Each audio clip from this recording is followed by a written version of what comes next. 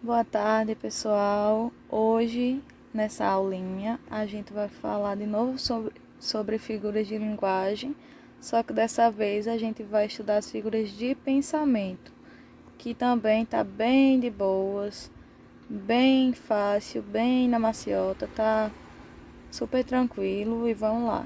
A primeira figura de linguagem que a gente vai falar é a antítese. A antítese consiste na aproximação de palavras que têm significado contrário um do outro. Por exemplo, aqui nessa frase, que é de Renato Russo, inclusive, gosto muito. Já estou cheio de me sentir vazio. Cheio e vazio são palavras que significam o contrário uma da outra, são antônimos. Por isso essa frase se configura como uma antítese. O eufemismo é quando a gente substitui um termo forte por uma expressão mais suave. Por exemplo, quando a gente vai contar para uma criancinha que o vovô dela morreu, a gente não vai chegar e dizer que o avô dela morreu. A gente chega e fala, o vovô virou uma estrelinha. A gente substitui a palavra morrer pela expressão virou uma estrelinha, que é uma expressão mais suave para a criança. Apóstrofe é quando há uma interrupção da narração para se dirigir ao receptor da mensagem mesmo. No caso, essa pessoa pode estar ausente ou não e pode ser real ou não. Por exemplo, nessa frase aqui que é até uma música. Ei, Joey, esse não é o atalho para você sair dessa condição. Ei, Joey é o receptor dessa mensagem.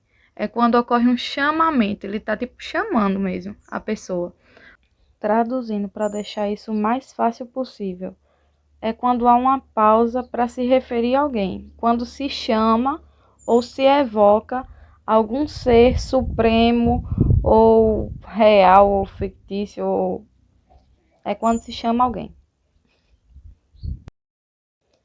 Hipérbole é quando há uma afirmação exagerada e proposital para dar uma carga dramática no texto.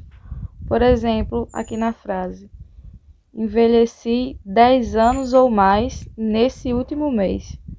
É impossível envelhecer mais de 10 anos em um mês, mas a gente faz essa afirmação para dar uma carga dramática no texto. Ou, por exemplo, outro exemplo que a gente usa muito no dia a dia é: tô morrendo de sede, tô morrendo de fome. Ninguém está realmente morrendo, mas a gente faz a afirmação para dar aquela carga dramática na nossa oratória, né? Paradoxo. Paradoxo é quando há uma incompatibilidade de ideias, agrupando significados contrários. Por exemplo, aqui na frase: eu me lembro muito bem, como se fosse amanhã. Lembrar já é rememorar algo que se passou. Se ele lembra como se fosse amanhã, na verdade, talvez ele não lembre. Perceba que uma ideia exclui a outra. Pessoal, agora vamos para a personificação ou prosopopeia, que é quando a gente atribui características que são humanas a seres inanimados. Por exemplo, aqui na música, nesse trecho da música de Renato Russo. As ondas vinham beijar a praia. Onda não beija, beijar é uma característica humana. Por isso, essa frase aqui se configura como uma prosopopeia ou personificação.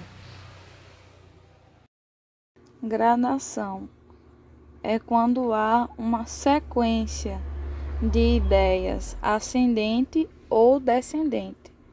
Por exemplo, aqui na frase: do passo passou ao trote e do trote ao galope. Assim o cavalo se sentiu livre, correndo pelos campos.